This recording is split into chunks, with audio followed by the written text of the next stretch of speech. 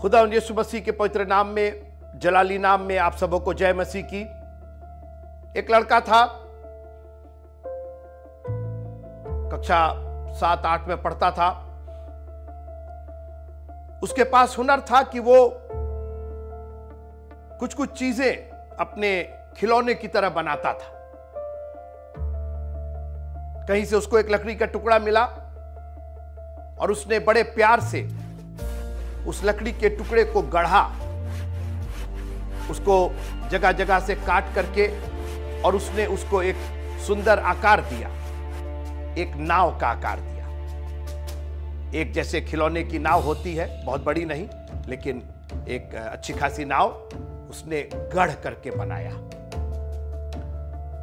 जब वो बन गई तो फिर उसको रंगो रोगन किया उसने, लाल पीले नीले सब रंग लगाए उसने। खूबसूरत वो नाव बन करके तैयार हो गई। इतना खुश, जब भी उसको देखता उसको अपने ऊपर खुशी होती कि वाह क्या टैलेंट है, प्रभु ने क्या टैलेंट मुझे दिया है कि इसको मैं अपने हाथ से मैंने बनाया है। और एक दिन उसने सोचा कि जब मैंने बनाया है तो क्यों ना अपना नाम लिख दूं उसके ऊपर। तो उसने उस नाव के ऊपर अपना नाम लिख दिया। मजे की बात यह थी कि उसके घर के पास एक नहर थी और उसने कहा कि यह नाव तो पानी के लिए है, तो क्यों ना इसको पानी में डाल करके इससे थोड़ा आनंद लिया जाए। अपनी नाव को लेकर के स्कूल के बाद पहुंच गया नहर पर। उसने पानी में रखा और नाव खूबसूरती से तैरने लगी।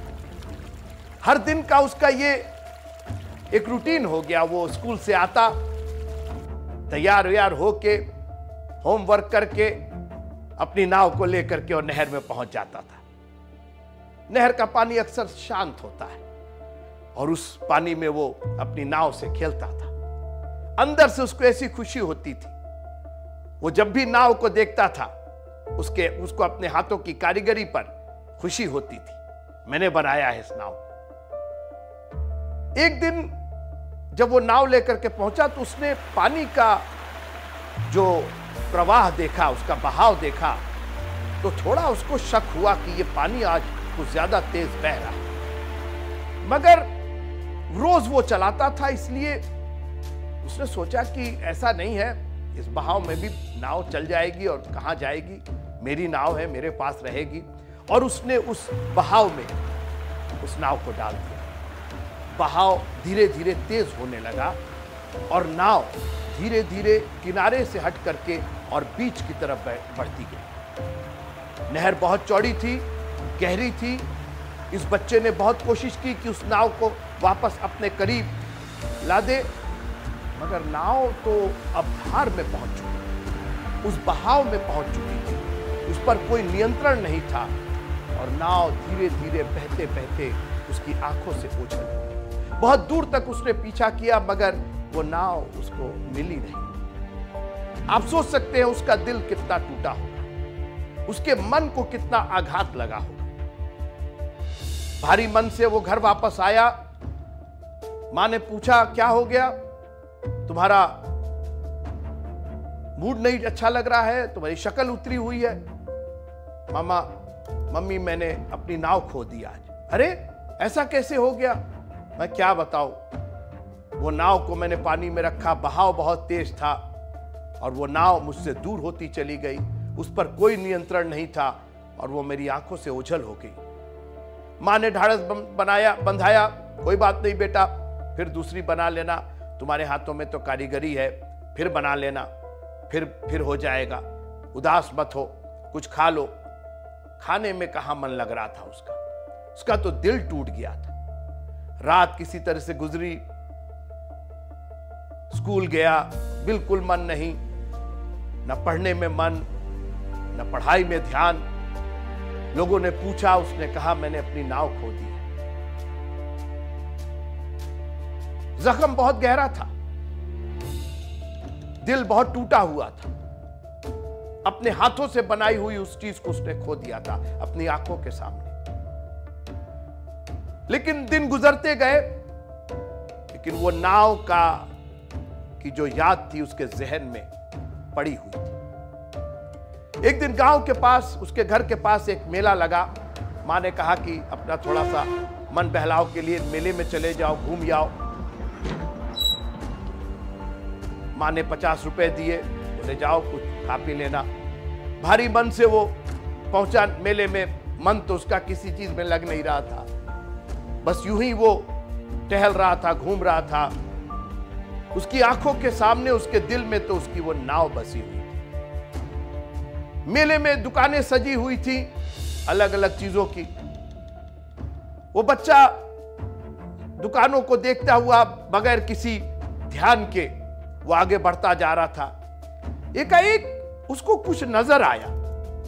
एक खिलौने की दुकान उस मेले में थी और उसने अंदर जब झांक करके देखा उस खिलौने की दुकान में, तो उसकी नाव वहां बीच में अंदर रखी हुई थी। उसको जैसे डिस्प्ले पर रखा गया था, एक दिखाने वाली चीज के लिए रखा गया था। इसको तो 1 सेकंड में समझ में आया ये नाव तो मेरी है।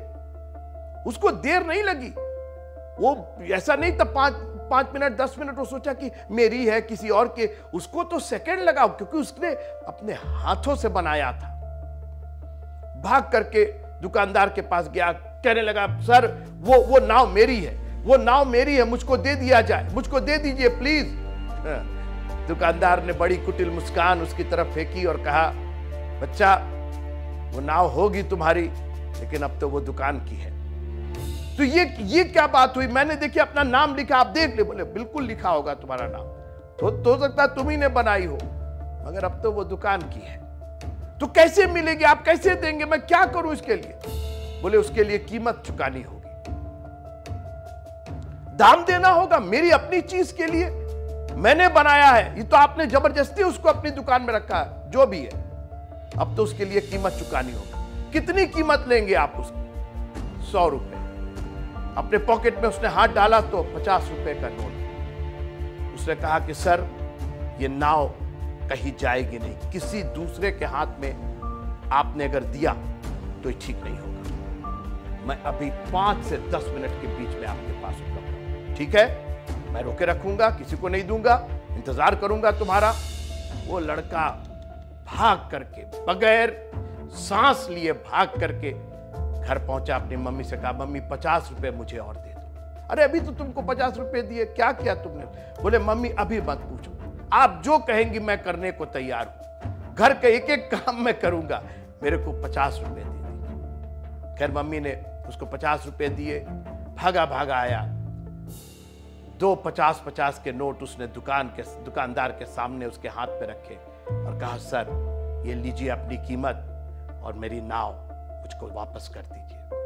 दुकानदार ने कहा, बिल्कुल ठीक, कीमत तुमने अदा की है, नाव तुम्हारी।